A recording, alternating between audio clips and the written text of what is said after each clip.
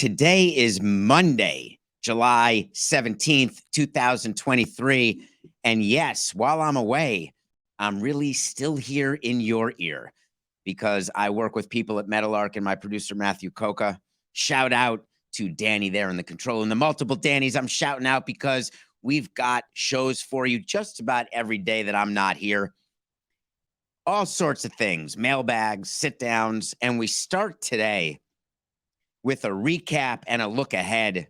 So if you're not interested in the baseball season, press fast forward.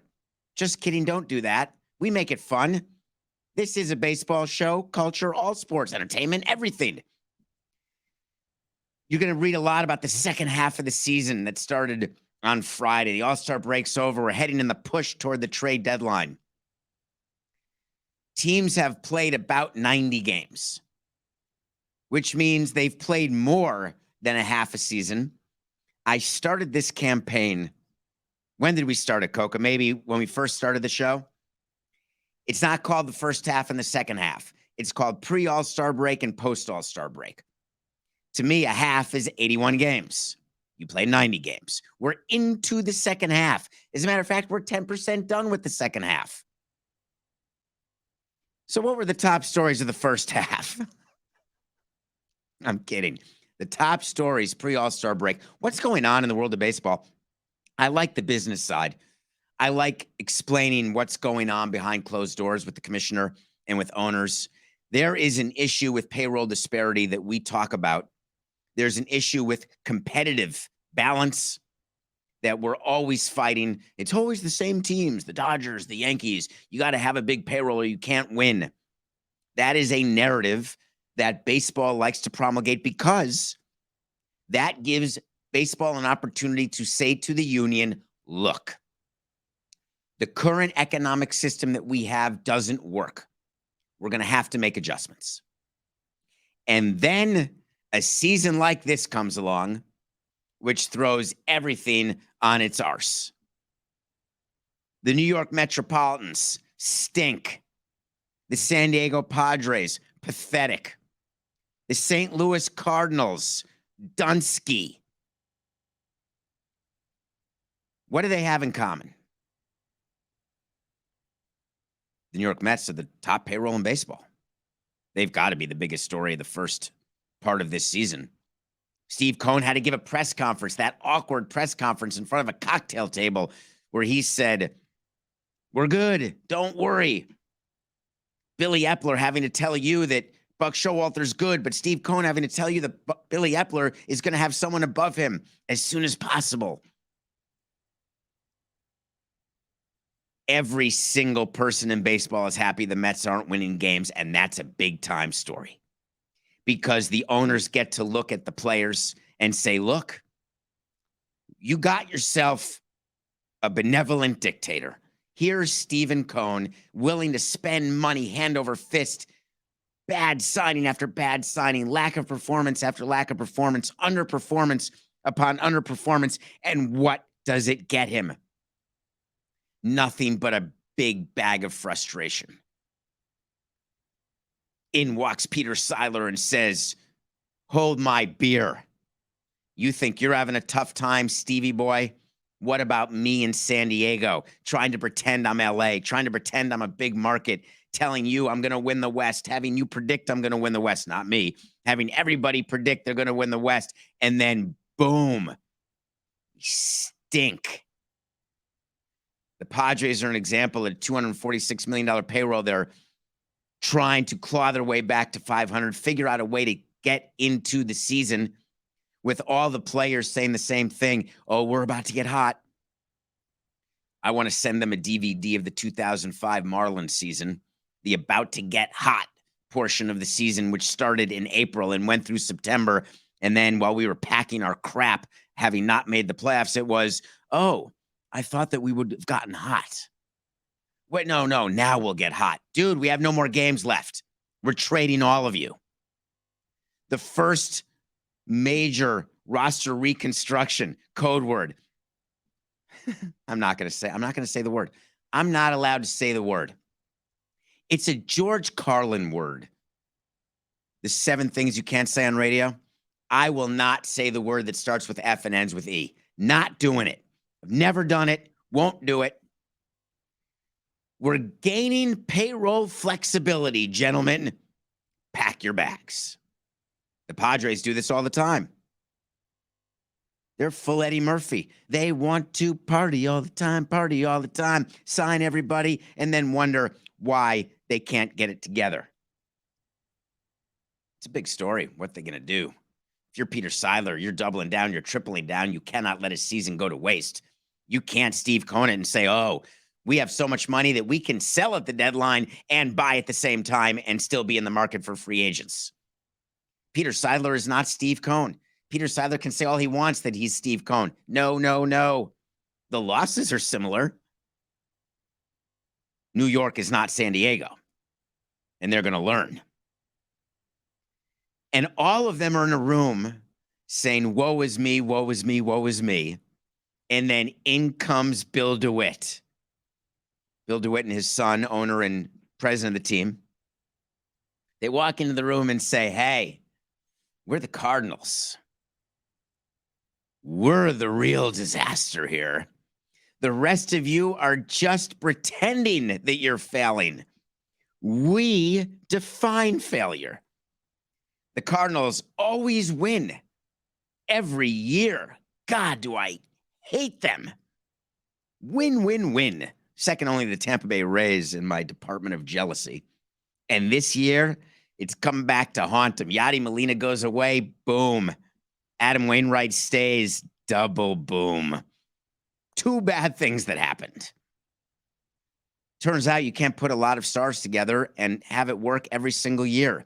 Turns out that what Brian Cashman does with the Yankees, where they make it, or the Dodgers, where they make it year after year after year, it's way harder than you think. The Cardinals have been such a successful franchise. I will not put them in the same category as the Mets and the Padres. Won't do it. They have too many World Series, too many playoff appearances, too much roster turnover where they did not lose their winning ways, forgetting the level of skill in their division, the level of competition in their division. But the way they've come out with their $161 million and the way they have just stunk, you've got to be thinking to yourself, if you're Oli Marmol, the manager, that I'm on the hot seat. We'll get to that later a little bit, Coca. I think that you all know that managers on the hot seat, they know they're on the hot seat because they pretend they don't read anything, but they see everything.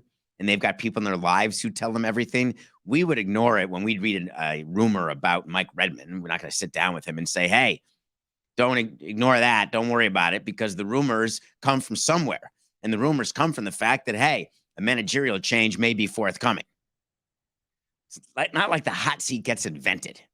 So MLB is dealing with these big salaries, all of these teams that are not doing well. And conversely, all of these teams with lower salaries are having a hell of a season. The Reds, the Marlins, the Orioles, the Rays. It makes me so happy to think of Tony Clark and the rest of the players union sitting inside a log cabin, taking a little vacation, looking at the standings, getting it up on their device, and turning their head exactly 180 degrees, putting their head where their feet should be, and looking at the standings and saying, this makes sense. Because when they look at the standings straight away, the teams with the low payroll in first place in the division or in the wild card position is the nightmare for the union, because owners look at the standings askance and they say to their GM, dude, I can't say that because of Kim Eng. They look at their GM and they say, excuse me, we need to do better. To not credit what the Orioles, Rays, Reds, and Marlins have done would be a mistake. It's really hard to build a winner. The Cincinnati Reds, you were all making fun of the Reds. Nobody going to Great American Ballpark. They signed Votto, but now he doesn't play well and he's hurt. They've been perpetually rebuilding. The Orioles are a laughingstock. The Marlins are made the playoffs except 2020. All it took for the Marlins to be good was to get rid of Samson and Jeter. Put those two together, boom, we got ourselves a wild card winning team. Cincinnati Reds, through their rebuild, opening their window with young players coming like De La Cruz and young players making a difference. The Orioles have a prospect train that the Astros would be jealous of. The way the Orioles have built their team, this is what the Astros did that has led them to 2 World Series and 4 World Series appearances, 5 straight champ ALCS appearances. Is that right, Coca? 5, 6? This amazing record that came on the heels of losing 100 games 3 straight years when the Astros were bad. Sometimes it works. The tanking, the losing, and fans then forget about it. It's why when you're in the front office, you can't be a fan, because then you sign Edwin Jackson in the middle of a rebuild. Look it up if you don't know what I'm talking about. So what'll be interesting to me is whether or not this can hold. The season tends to be the great equalizer, 162 games over 185 hard-fought days. Exhaustion, despair. The Astros have been to 6 straight league championship series and 4 World Series. There is not an impossible world. That's too many negatives. 4-8-69. I see a world where the Orioles become the next Astros. That's how good that team is. They've got ownership issues, God knows. Infighting. But the talent on the Orioles, did you watch last week the All-Star game? How about having Batista and Cano at the end of your bullpen? How about having a catcher out of Central Casting? And they keep coming every day. But 162 games, it's rough. I don't think the standings will stay as the standings are, though Jason Stark would tell me when the standings are the way they are, that's how they stay. He's got the stats on Memorial Day, July 4th, Labor Day. The change is not as significant as you would think. Is it possible the Mets and Padres can turn around? I don't think so. Is it possible the Reds can hang on? I don't know. I don't think so. Is it possible the Marlins will run away with the number 1 wild card? No, I don't think so. Possible. The Orioles, who've had 5 straight losing seasons during their rebuild, they lost 108 games or more 3 times. Now they are crushing, ahead of the Yankees, ahead of the Blue Jays, ahead of the Orioles. Evergreen alert, evergreen alert. Ahead of everybody but the Rays, evergreen alert. It occurs to me that they may be for real. So you've got the Cardinals, you've got the Padres, you've got the Mets. They're all in a room. They're all sort of despondent, saying, I'm the story. No, I'm the story. No, I'm the story. Check, check, check. In come the Marlins saying, give me a little attention. The Orioles say the same thing. Finally, stop talking about Angelos and family lawsuits. Talk about our team. In comes De La Cruz. Hey, I'll steal the show from you all if you don't make it about me. So everyone's competing, and all of a sudden, there's a knock on the door, and in comes Shohei Ohtani. The room goes silent. People scurrying out like cockroaches when the light turns on in the basement of a New York tenement building. Ohtani walks in the room and says, I am your captain now. You want to know what the top story is from the first pre-All-Star break part of the Major League Baseball season? You look no further than Shohei Ohtani. I don't want to hear one Aaron Judge word from anybody. I don't want to hear one word about any other player. Acuna, phenomenal MVP candidate. Will win the MVP in the National League. Preseason pick, alert. What Shohei Ohtani is doing has never been seen. There is no comparison. You cannot give me a lower on our show or a graph First time since Babe Ruth to do 10 hits in 20 games and hold runners to 0 stolen bases and an average of 126 average against. No, don't want to do it. Don't give me the analytics. Don't give me the stats. What I will give you instead, and what I want you to give me, is a full Jerry Maguire. Show me the money. Show me the money, Jerry. Show me the money. If only I had that. If we had more people working on the show, Coca, we could have that in Japanese right now. Right now, it would be on the show. Shohei Ohtani. The reason why he's the story is not that he's having the best 3-year stretch, and this is not hyperbole, the best 3-year stretch of any baseball player's 3-year stretches in the history of the game. And there's been some great stretches by Hall of Fame players. This 3-year stretch, 3-year stretch by Ohtani. Do you want to make that better, Coca? 12, 90, 69. This 3-year stretch by Shohei Ohtani is the best in Major League Baseball history.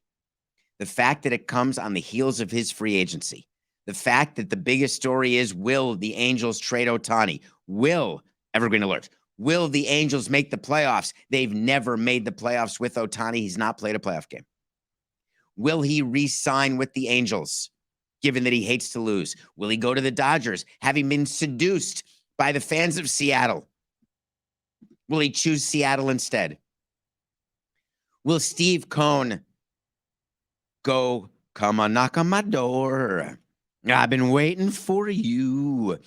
Here's $1 billion. Come join our company too.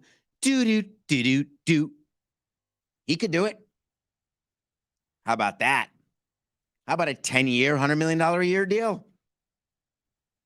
Why not? You laugh. Steve Cohen buys businesses in his hedge funds, $1 million here, $1 billion there. When you see a piece of art, Shohei Ohtani is that piece of art. You think you're overpaying for it, you're underpaying for it. The benefit to Steve Cohen of winning a World Series, of getting 2 players like Shohei Ohtani as the hitter and the pitcher for his team, is far greater than the cost of the contract. What's the problem with that plan? 29 other owners telling Steve Cohen to stick it. Steve Cohen does not want to turn into Danny Snyder. Steve Cohen does not want to have to worry about being run out of the league. Steve Cohen had enough issues getting approved. Now that he's been approved, he's done enough to piss off the other owners with the way he has acted financially. Shohei Ohtani will not be part of the Mets equation. But boy, are they going to be tempted. And it is the top story. Now, what do you think will be the top stories after the All-Star break? There's a whole empty room right now. The first person to walk in the room of the second half story is your New York Yankees. Dun dun dun dun dun dun dun dun dun dun dun dun dun dun. Here comes Brian Cashman and Aaron Boone saying, look, Josh Donaldson is going to hit 170. Giancarlo Stanton will be back to hitting 270. Aaron Judge will be back on the field. We are going to win. We'll make the playoffs, and then Carlos Rodon will back up Severino, who will back up Cole. We may get Nasty Nestor back. Look at our perfect game guy, Domingo Germán. We're good. Who's buying it? Raise your hand if you're sure that the Yankees are going to make the playoffs. Raise it. But you better be sure. I'm not. That's going to be a story. While the Yankees, with the second highest payroll in the game, are continuing to build revenue, continuing to figure out ways to differentiate themselves, whether it's streaming revenue through their app on Yes, whether it's through jersey patches where they can get 20 to 25 million bucks a year for a jersey patch. I can hardly contain my disdain for the ability to raise that level of revenue for a jersey patch. Spoiler alert, ADT ain't paying the Marlins 20 to 25 large. So the Yankees walk in and say, we're going to be the story right now. Hey, who's that behind you? Who's that? Who's that girl? It's the Philadelphia Phillies. This is a great post-All-Star break story. The not defending, Coke, I changed it, the reigning National League pennant winners. Looking up in the standings at the Fighting Fish, Evergreen alert, trying to figure out how they get back when they've got Harper, who may be hurt. They've got Nola and Wheeler underperforming. They've got the inability to capture the post-Girardi heaven that they got last year. Lest you forget what happened last year. They fired Girardi and went, phew, now we can actually breathe again.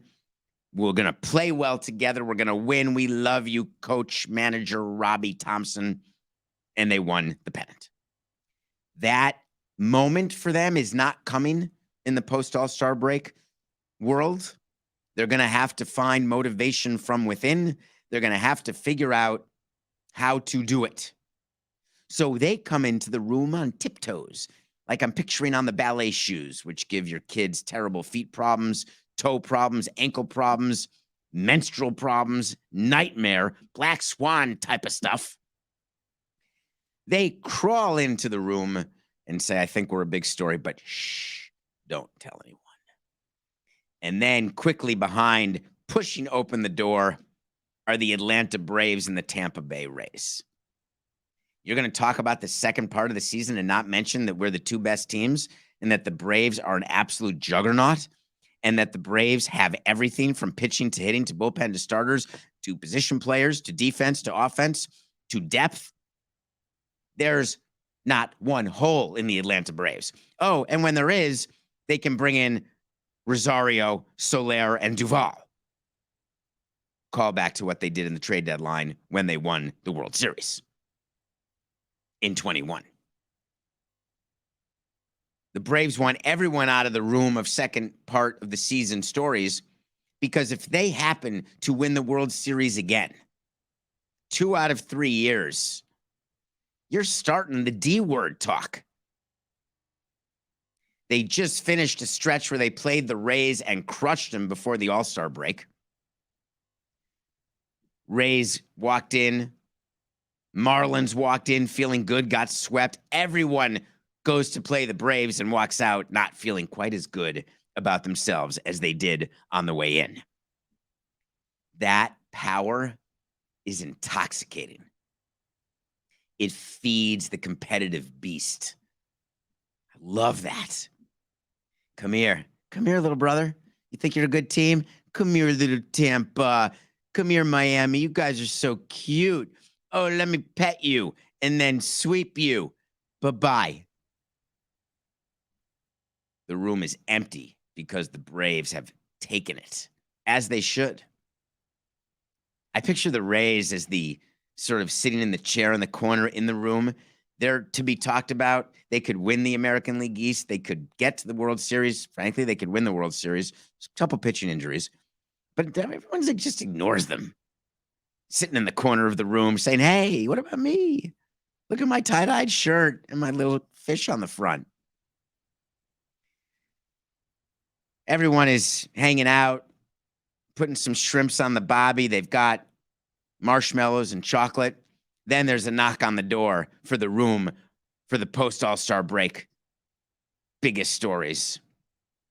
And we look out, and the door opens, and it's not even a person. It's an idea. It's a concept.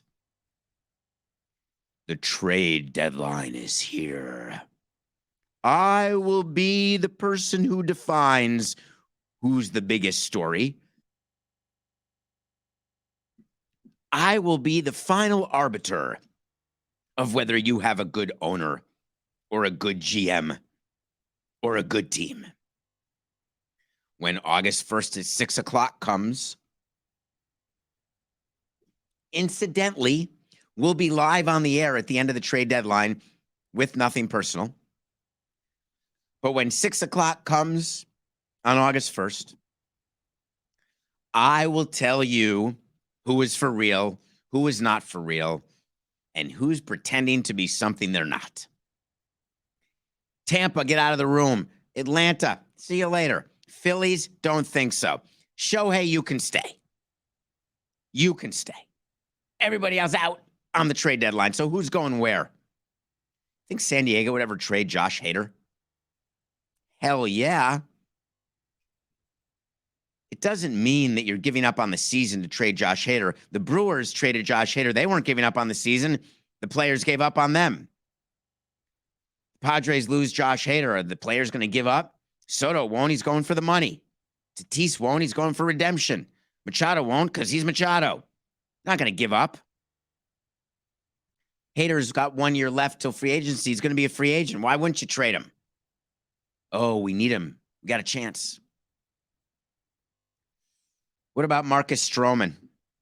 What are the Cubs doing? I hear from a lot of Cubs fans. Hey, what do you think we're going to do? We're going to buy? We're going to sell? We're right in it. The division's there for the taking. That's what everyone says who's below 500, but only 6 or 7 games out to make yourself feel better about yourself. Hey, the division's there for the taking. It's so ridiculous. The division is not there for the Cubs taking. As a matter of fact, Coca, you can book this. It's too stupid to be a wait to see. The Cubs are not winning the division. Are we good? Done with that. Next. Marcus Stroman did a whole gimmick about a month ago. Hey, the Cubs haven't called me. They haven't negotiated with me. Woe's me. I'm having the best year of my life. Why aren't they coming to me with a 4-year, $120 million deal? Oh, because that would be an overpay.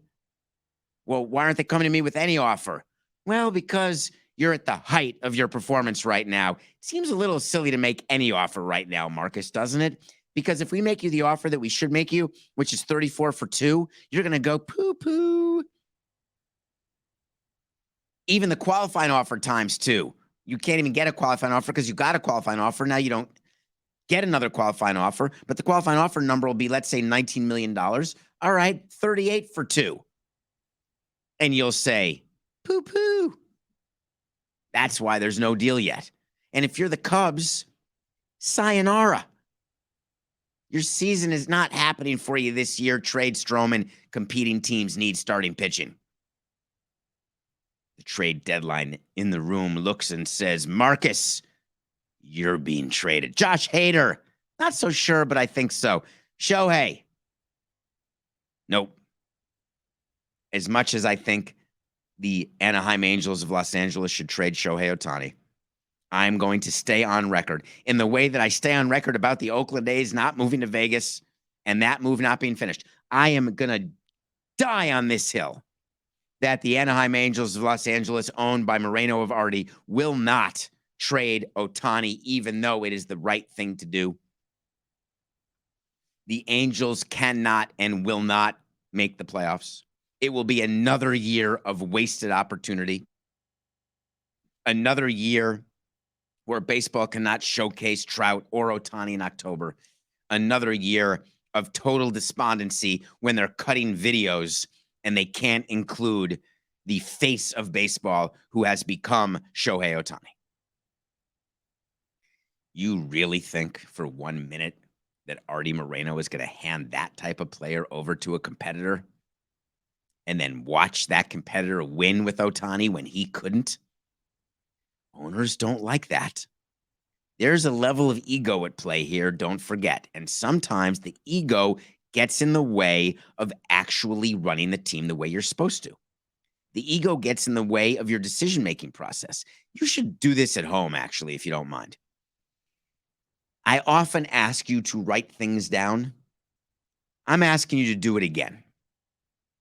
During the course of a day or two, when you're thinking about the decisions you're making and the things you're doing, write down when your ego gets in the way of you making the right decision, when you stand on ceremony, when you say that this is a principled position I have. I am not going to go out tonight. whatever the case may be. And it's all your ego doing it. Just write it down for fun. You'll read a lot about MVPs. Don't. It's over. Ohtani's the MVP of the American League. Acuna's the MVP of the National League. What you're not going to read about is the predictions made by Samson before the season started, where I had Acuna winning the MVP and Ohtani winning the MVP of the American League. Is it possible that I will go 2 for 2 in those future bets? It almost seems impossible to believe because it's hard to do. I mean, can you imagine if Framber Valdez wins the Cy Young for the Astros? Can't be, because I had him too. 3 for 3? All right, here's my 4 for 4. Ladies and gentlemen, your National League Cy Young Award winner, Maxwell Fried. Straight loser. Zach Gallen's got a chance. Strider's got a chance with Atlanta. Max Fried does not have a chance. He got hurt. Isn't he the one, Coca? Did he not get hurt opening day, covering first, and he did something to his Achilles? Or was it his second start? I remember it was very early in the season, which seems like about a year ago. And I'm not sure Max Fried ever came back. He can't win the Cy Young. What about managers getting fired? That's always a good topic. It's already July 17th, Evergreen Alert, and no manager's yet been fired. Evergreen Alert. Who would be the first to get fired? Aaron Boone? Not happening. I still think he may get fired if the Yankees don't make the playoffs. Craig Counsell, the Brewers? No, not happening. His seat is warm, but they're competing with the Reds. David Bell's seat was warm now. They got Ellie De La Cruz. It cooled off a little bit. Buck Showalter, hot seat. Nope. Steve Cohen said not a hot seat. Believe me, that seat's hot. You ever sat in a seat, but you just sort of let your tushy melt into it, and then you feel like, ooh, it's a little hotter than I expected. Let me do left cheek up, then down. Right cheek up and down. That's what you do. That's what Showalter's doing in the dugout. What about Ollie Marmol? Told you we'd get back to him, and we are. Very, very, very hot. So hot. So bad. It's going to be very hard for him to survive this season. Of course, John Mozeliak could take the blame himself for the Cardinals, but why take the blame yourself when you can fire somebody? And that leads me to the number one candidate of the manager to be on the hot seat. Pedro Grifol, hired in a great moment of diversity hiring, and this guy got a chance. This is the best hire ever. The White Sox moving on from La Russa, bringing in the perfect person for the team, and the White Sox have been yet again a problem. And Kenny Williams is not going to say it's his fault. Neither is Rick Hahn. Neither is Jerry Reinsdorf. Guess what? If the switch from La Russa didn't help, it means we didn't switch to the right person. So that, to me, is the number one case. The White Sox, should they not improve, and I didn't see him in any room of improvement, no room for improvement or in improvement. Ooh, I love that alliteration. There may go a full season without a manager being fired, but there will not go a full offseason. As a matter of fact, Coca, I'd be willing to wager that since 2000, actually the offseason of 99, that started in 99, there's no way to actually check this. Oh, there's always a way, but we don't have time right now. I do not believe there's ever been a season where 30 managers started the season and 30 managers started the next season. The same 30. I would be shocked if that existed. So we're going to go through the second half of the season. I did that. You're right, Coca. Okay, 12, 9, 6. We're going to go through the second part of the season post All-Star break. And before you know it, we are going to be in the off season. Now, the end of the season is a World Series.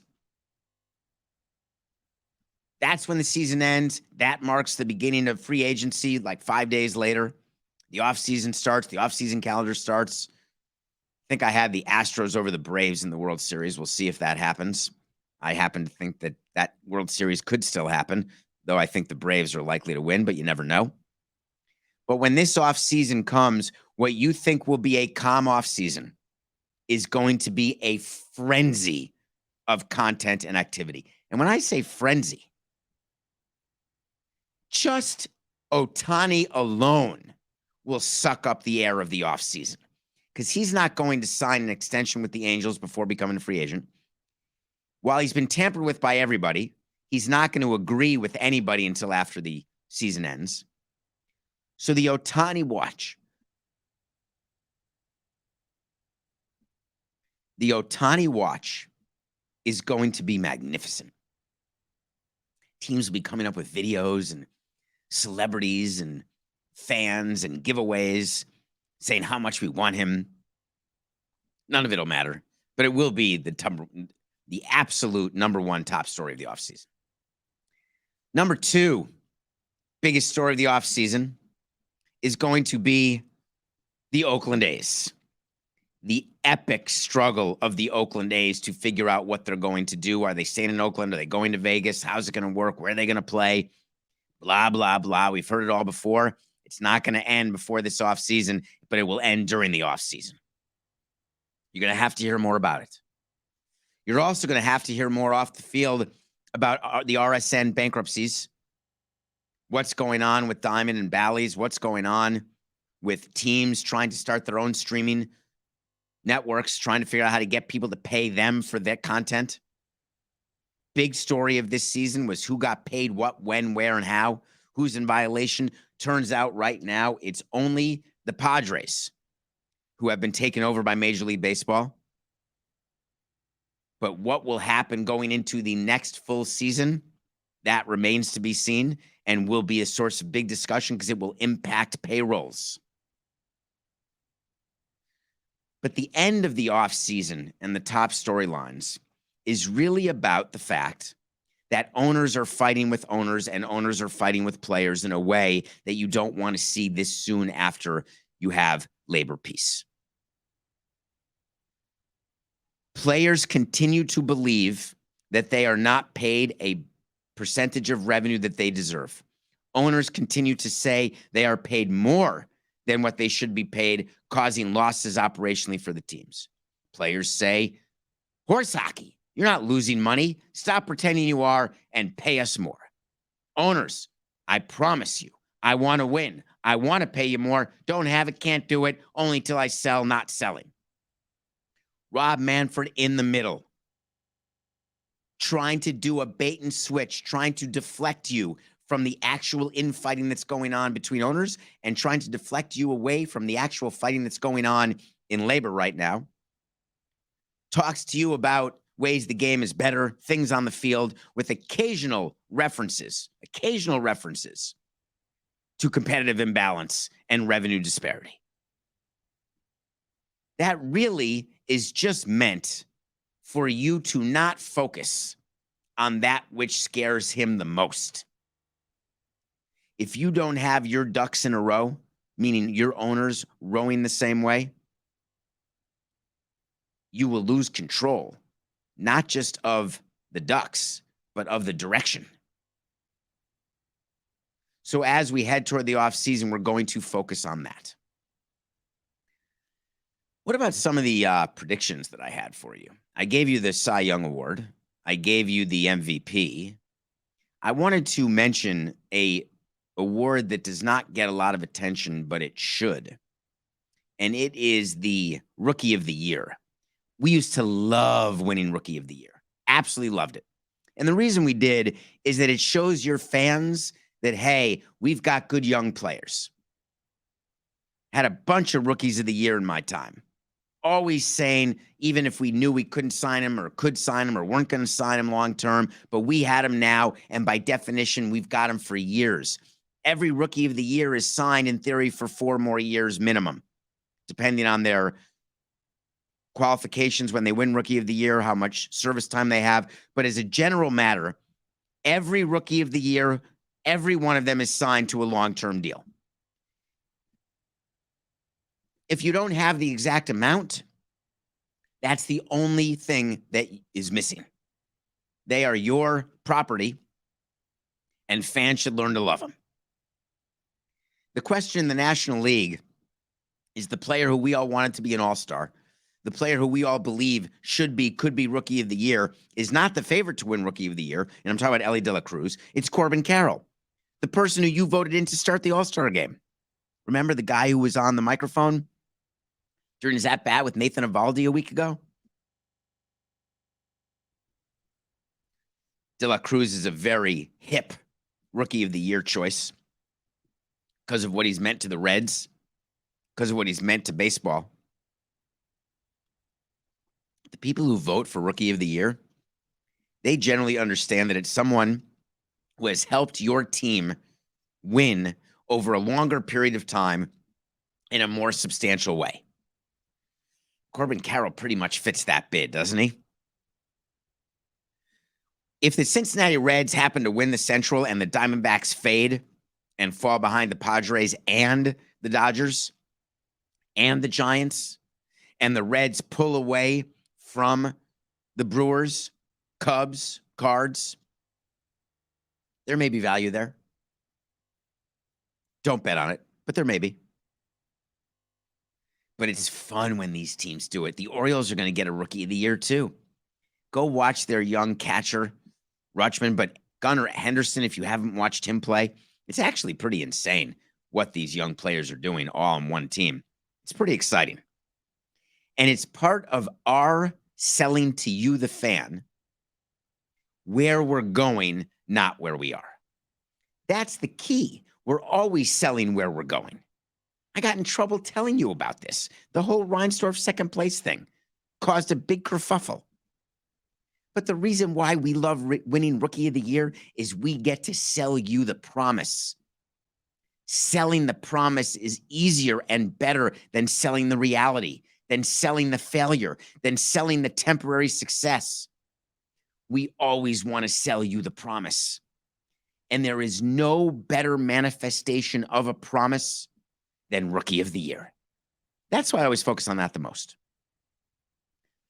So as you are navigating the second part of the MLB season, as you are listening to more mailbags and sit-downs and waiting for the trade deadline of August 1st, I want you to think to yourself, first, that was an entire show about baseball. Second, he didn't even talk about a movie or a pick of the day or anything. Third, does my team actually have a chance? 4, I didn't even laugh at one of the things he said. 5, am I in the room where it happens? It's just business. See you tomorrow. Sort of. This is nothing personal.